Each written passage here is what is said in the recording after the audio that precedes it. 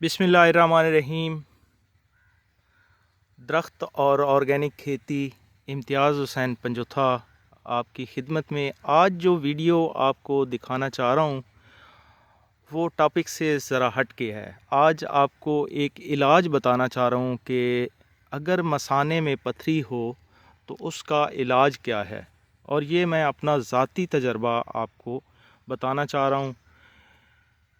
बड़ा आसान सा काम है। मेरे मसाने में पथरी थी और पेशाब बंद हो जाता था। मैं बहुत तकलीफ़ में था, बहुत सारे डॉक्टरों से इलाज करवाया, कोई फ़ायदा नहीं हुआ। उसके बाद एक डॉक्टर ने मुझे बताया कि आप ये इस तरह लेमन का जूस इस्तेमाल करें तो ये पथरी ख़ुद ब खुद बाहर निकल जाएगी। तो इलाज क्या है कि किसी भी वैरायटी का, ये हमारा अपना है सीडलेस लेमन, तो आप कोई भी वैरायटी का लेमन लें और उसका जूस निकालें। आधा कप लेमन का जूस और आधा कप पानी, यानी एक कप आपने बनाना है। आधा लेमन का जूस और आधा पानी, और दिन में सिर्फ़ एक दफ़ा पीना है आपने।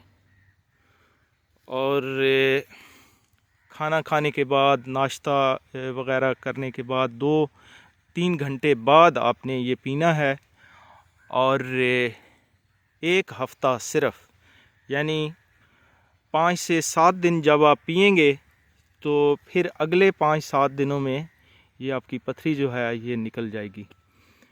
तो ये मैंने नुस्खा इस्तेमाल किया था, मेरी पथरी इसी तरह पेशाब के ज़रिए निकल गई और अब तकरीबन 2 साल हो गए हैं। तो आज मुझे ज़हन में आया तो मैंने कहा कि अपने दोस्तों को भी ये नुस्खा बताते हैं। इसका कोई साइड इफ़ेक्ट नहीं है।